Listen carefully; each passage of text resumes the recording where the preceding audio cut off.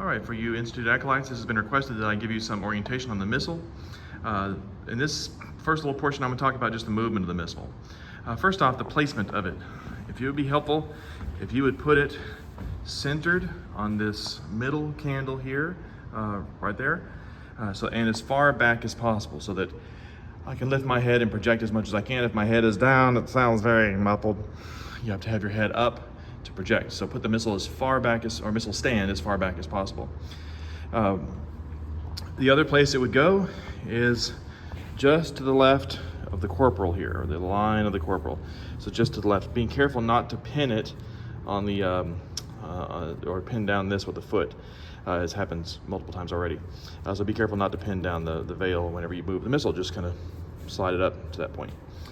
As far as the movement of the Missal itself, we call this, by the way, this is called flitting the Missal, F-L-I-T, to flit the Missal. When you flit the Missal, in the old sort of Latin Mass tradition in the early days of the church, the priest did not leave the altar. And so he would begin the Mass here. The reading was done here from the Missal. The old Missals contained the lesson, which is why this is the epistle side of the church. And then the priest would step out of the way, and someone, because the priest is standing here, someone would take the Missal, go down the steps, come up the steps, and put it on the gospel side, which is here, which is why it's also the last gospel is placed there. And they would read the gospel from this side of the altar. I would tell you that whenever the priest is not standing here, which is the case most of the time, not always, at the end of the Mass, like when we're doing ablutions and we're cleaning up and I'm putting together the stack, and you flit the Missal from here down the steps and back up, that makes perfect sense. But when I'm not standing here, which is rare because I only get to sit in that chair for maybe a total of 3 minutes at most at any given liturgy.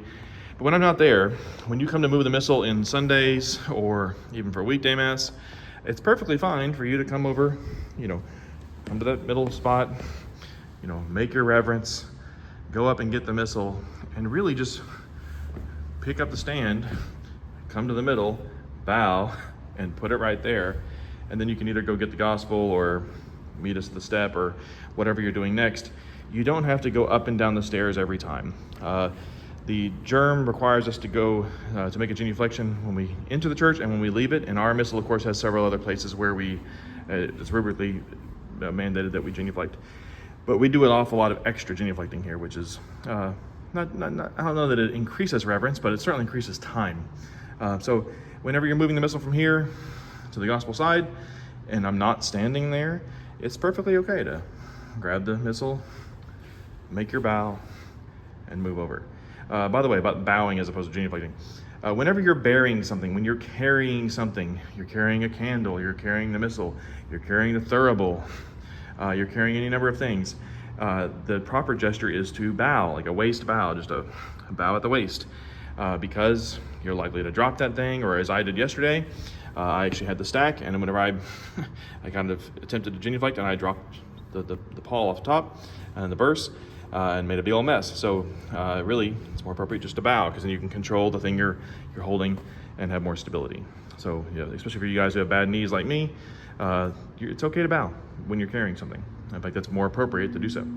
So that's about the movement of the Missal. So starting here, middle candle, simple bow to the middle, moving it over to the gospel side here, and then now again, when I'm standing in a place, going down the stairs behind me and back up makes perfect sense. But if I'm not standing here, it's just extra movement, which makes no sense. Okay, that's it for the movement of the Missals.